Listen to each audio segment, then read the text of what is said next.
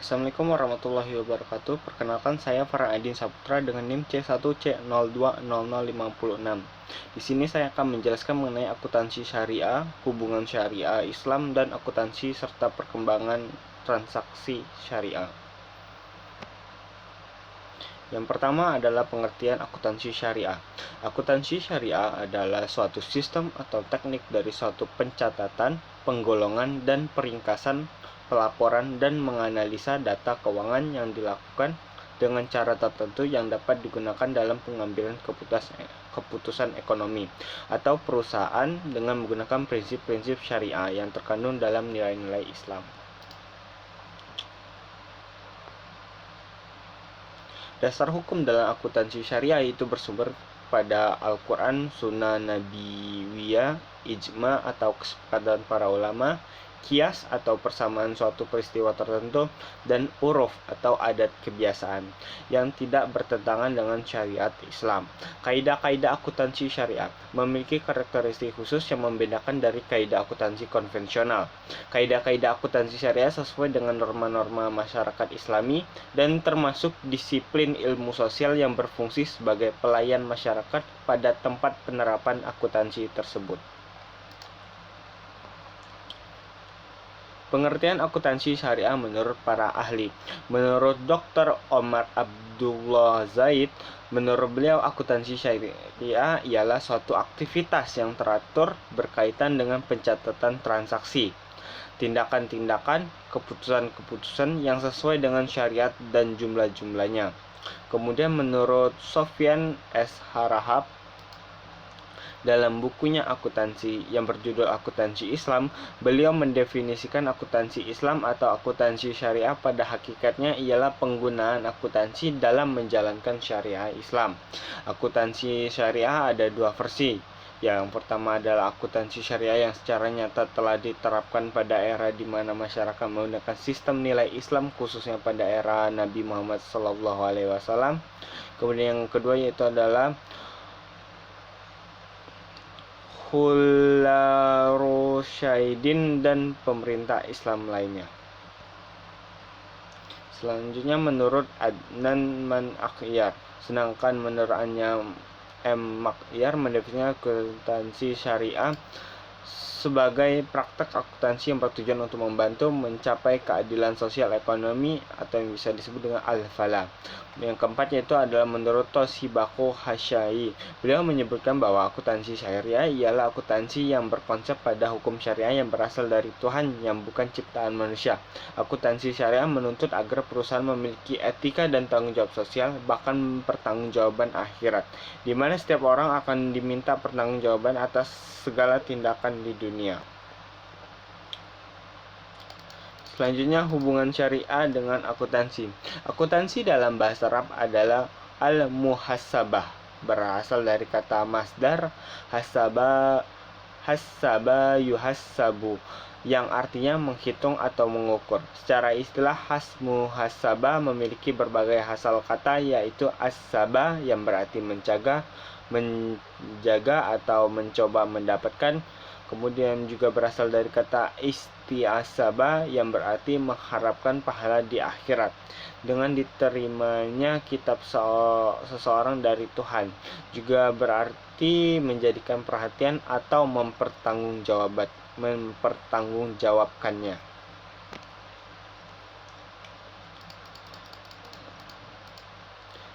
Jika kata muhasabah dikaitkan dengan ihtisab dan citranya berkaitan dengan pencatatan, maka artinya adalah perbuatan seseorang secara terus-menerus sampai pada pengadilan akhirat dan melalui timbangan atau mizan sebagai alat pengukurnya, serta Tuhan sebagai angkutannya. Surah Al-Baqarah ayat 282, Allah Subhanahu wa Ta'ala memerintahkan untuk melakukan penulisan secara benar atas segala transaksi yang pernah terjadi selama melakukan muamalah.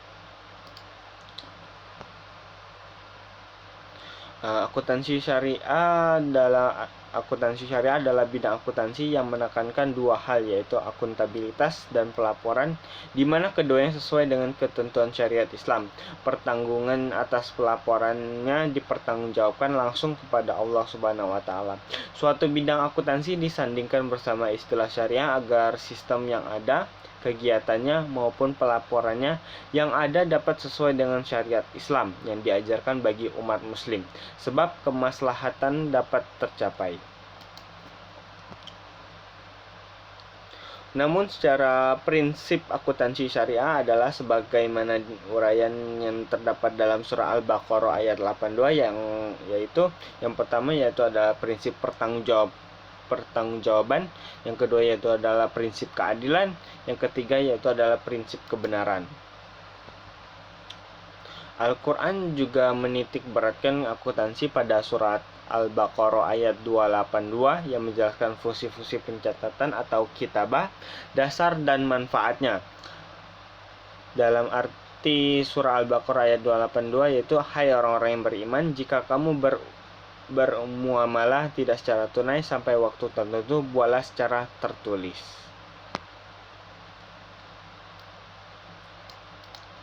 Kemudian perkembangan transaksi syariah.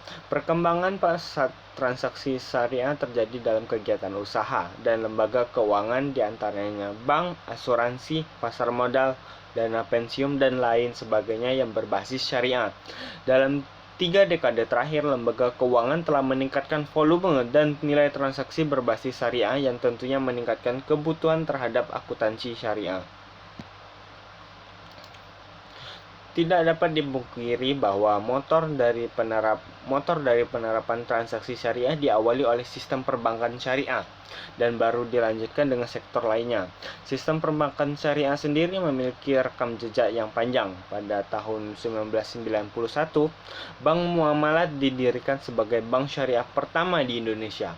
Bank Muamalat terdirikan oleh Majelis Ulama Indonesia atau biasa disingkat dengan MUI, kemudian Ikatan Cendekiawan Muslim Indonesia atau ICMI, kemudian pengusaha muslim dan pemerintah. Sayangnya pada saat itu kinerja Bank Muamalat masih stagnan dan belum memiliki banyak nasabah.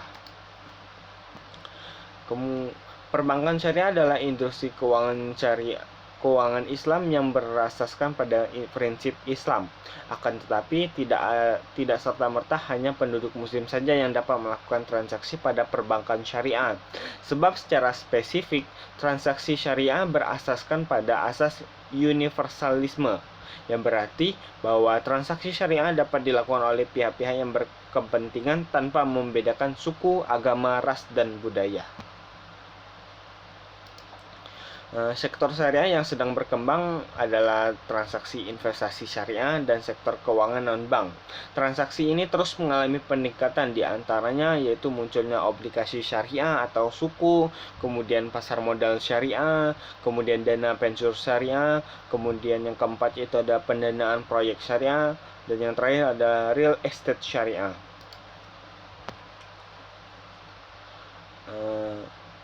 Harus dipahami bahwa di tengah maraknya pertumbuhan kegiatan ekonomi syariah secara umum di Indonesia, perkembangan kegiatan investasi di pasar modal Indonesia masih dianggap belum mengalami kemajuan yang cukup signifikan.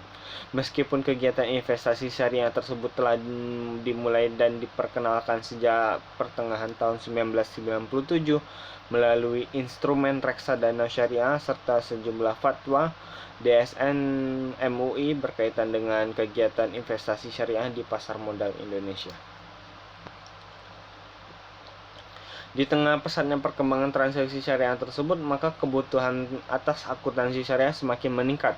Akuntansi sebagai proses untuk melaporkan transaksi keuangan perusahaan tentu harus dapat mengikuti seluruh perkembangan transaksi yang sedang berlangsung.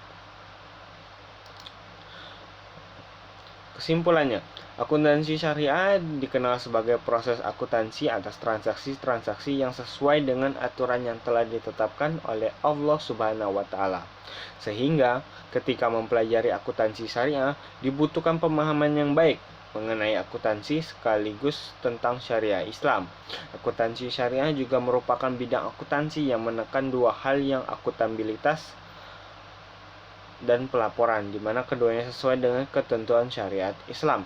Pertanggungan atas pelaporannya dipertanggungjawabkan langsung kepada Allah Subhanahu wa taala.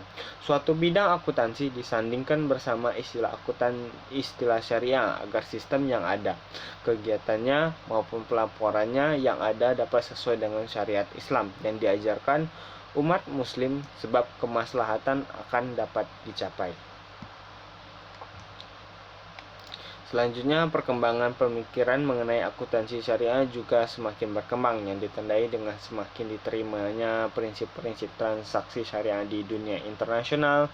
Tidak dapat dipungkiri bahwa motor dari penerapan transaksi syariah diawali oleh sistem perbankan syariah dan baru dilanjutkan dengan sektor lainnya.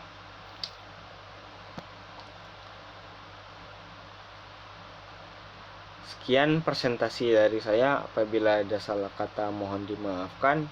Saya akhiri. Wabillahi taufiq wal hidayah. Wassalamualaikum warahmatullahi wabarakatuh.